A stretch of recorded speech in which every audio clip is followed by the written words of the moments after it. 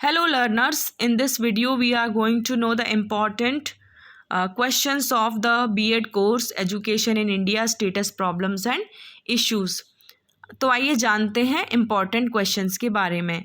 सबसे पहला important question है डिफाइन एजुकेशन, या एजुकेशन की डेफिनीशन आपको लिखनी होगी। डेफिनीशन को उसके एक्सप्लेनेशन के साथ लिखिएगा तो आपका जो आंसर है वो ज़्यादा वैल्यूएबल बनेगा। नेक्स्ट है what are the aims of education. ये क्वेश्चन कई तरीके से पूछा जाता है, जैसे कि write the general aims of education, write the individual aims of education, write the Indian aims of education, write the western aims of education, what are the Indian and western aims of education and what is the difference between Indian and western aims of education. अगला question है write short notes on the following. इस course में कई national bodies के ऊपर भी points हैं, तो आप इन नेशनल बॉडीज़ के इंट्रोडक्शन को, इनके रोल्स और फंक्शंस को तैयार कर सकते हैं और शॉर्ट नोट में आप इन्हीं को लिख सकते हैं, जैसे कि CBSE, NCERT, राष्ट्रीय माध्यमिक शिक्षा अभियान आदि। नेक्स्ट क्वेश्चन है what is the role of education for preservation of cultural heritage and values. शिक्षा की सांस्कृतिक धरोहर और मूल्य को बचाने में क्या भूमिका है।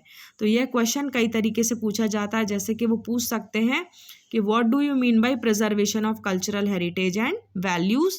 पूछ सकते हैं कि कल्चरल हेरिटेज क्या है, कल्चरल वैल्यूज़ क्या हैं और इनको बचाना क्यों चाहिए, why it is important to preserve the cultural heritage and values, और एजुकेशन इन्हें किस तरह से बचाती है। अगला क्वेश्चन है what are the major efforts towards evolving a national system of education. राष्ट्रीय शिक्षा व्यवस्था को बनाने में क्या मुख्य प्रयास थे।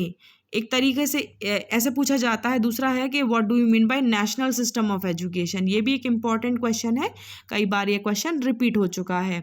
एक और इम्पॉर्टेंट क्वेश्चन है जो कई बार पूछा जा चुका है, वो है why is social change important, या फिर what do you mean by social change, सामाजिक परिवर्तन क्या है।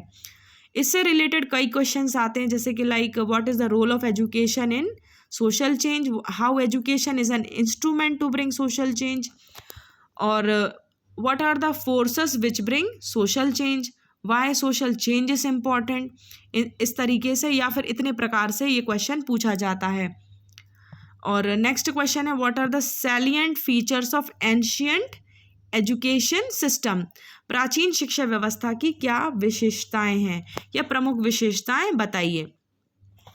इसमें वो एजुकेशन सिस्टम के स्पेसिफिक एस्पेक्ट के बारे में भी पूछ सकते हैं, जैसे कि लाइक एंशियंट एजुकेशन सिस्टम के एम्स क्या थे, या एजेंसीज ऑफ एजुकेशन क्या थी, एंशियंट एजुकेशन सिस्टम की मेन एजेंसीज क्या थी, या source of ancient education system वो पूछ सकते हैं।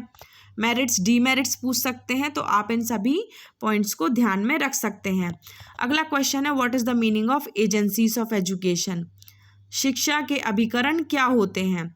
इससे रिलेटेड 3 से 4 क्वेश्चन पूछे जाते हैं, जैसे कि what are the various types of agencies of education, या फिर what are the various agencies of education, और डिफ्रेंशिएट करने को भी कह सकते हैं कि what is the difference between the agencies of education, या किसी स्पेसिफिक एजेंसी के बारे में डिटेल में वो पूछ सकते हैं। अगला क्वेश्चन है discuss the norms and functions of NCTE।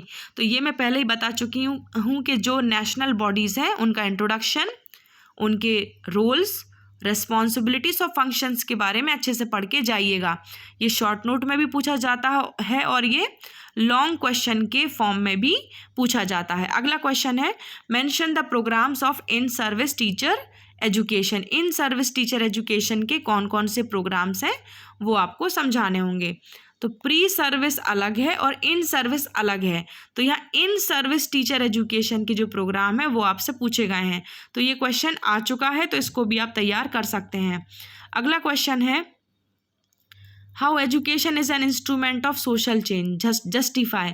Social control और सोशल चेंज दोनों ही इम्पॉर्टेंट टॉपिक्स हैं, आप अच्छे से प्रिपेयर इनको कर सकते हैं। ये दोनों ही क्वेश्चन यूनिट 1 के हैं और ये बहुत ही इम्पॉर्टेंट क्वेश्चन है।